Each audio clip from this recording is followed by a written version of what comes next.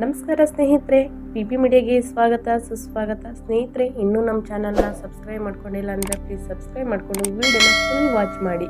ಇಷ್ಟ ಆದರೆ ಒಂದು ಲೈಕ್ ಮಾಡೋದನ್ನ ಮರಿಬೇಡಿ ಅಂತ ಹೇಳ್ತಾ, ಇವತ್ತಿನ ಒಂದು ವಿಡಿಯೋದಲ್ಲಿ ಏನಂದರೆ, ಗೃಹಲಕ್ಷ್ಮಿ 6ನೇ ಕಂತಿನ ಹಣಕ್ಕೆ 2 ಹೊಸ ರೂಲ್ಸ್ ಅಂತಲೇ ಹೇಳ್ಬೋದು ಸ್ನೇಹಿತರೆ.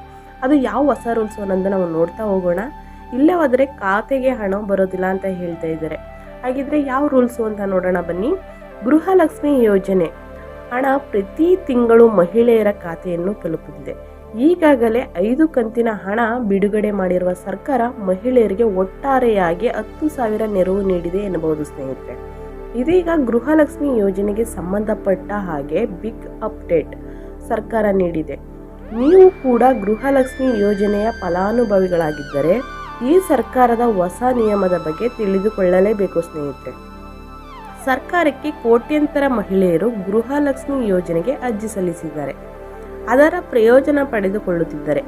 ಈಗಾಗಲೂ ಕೂಡ ಗೃಹಲಕ್ಷ್ಮಿ ಹೊಸ ಅರ್ಜಿಗಳನ್ನು ಸ್ವೀಕರಿಸುತ್ತಿದ್ದು, ಮುಂದಿನ ತಿಂಗಳಿನಿಂದ ಹೊಸ ಅರ್ಜಿ ಸಲ್ಲಿಸಿದವರಿಗೆ ಕೂಡ ಹಣ ಬರಲು ಆರಂಭವಾಗ್ತಿದೆ ಸ್ನೇಹಿತರೆ.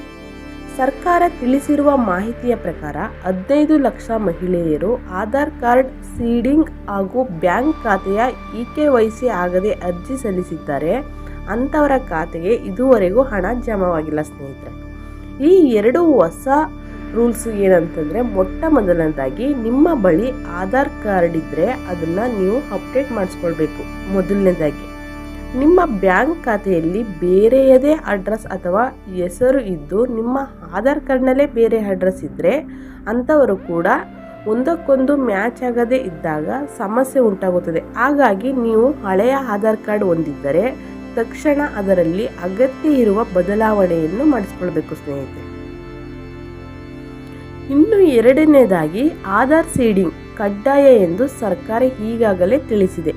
ನೀವು ನಿಮ್ಮ ಬ್ಯಾಂಕ್ ಶಾಖೆಗೆ ಹೋಗಿ ನಿಮ್ಮ ಖಾತೆಗೆ ಆಧಾರ್ ಸೀಡಿಂಗ್ ಆಗಿದೆಯೋ ಇಲ್ವೋ ಎಂಬುದನ್ನ ಚೆಕ್ ಮಾಡ್ಕೊಳ್ಬೇಕು ಸ್ನೇಹಿತರೆ.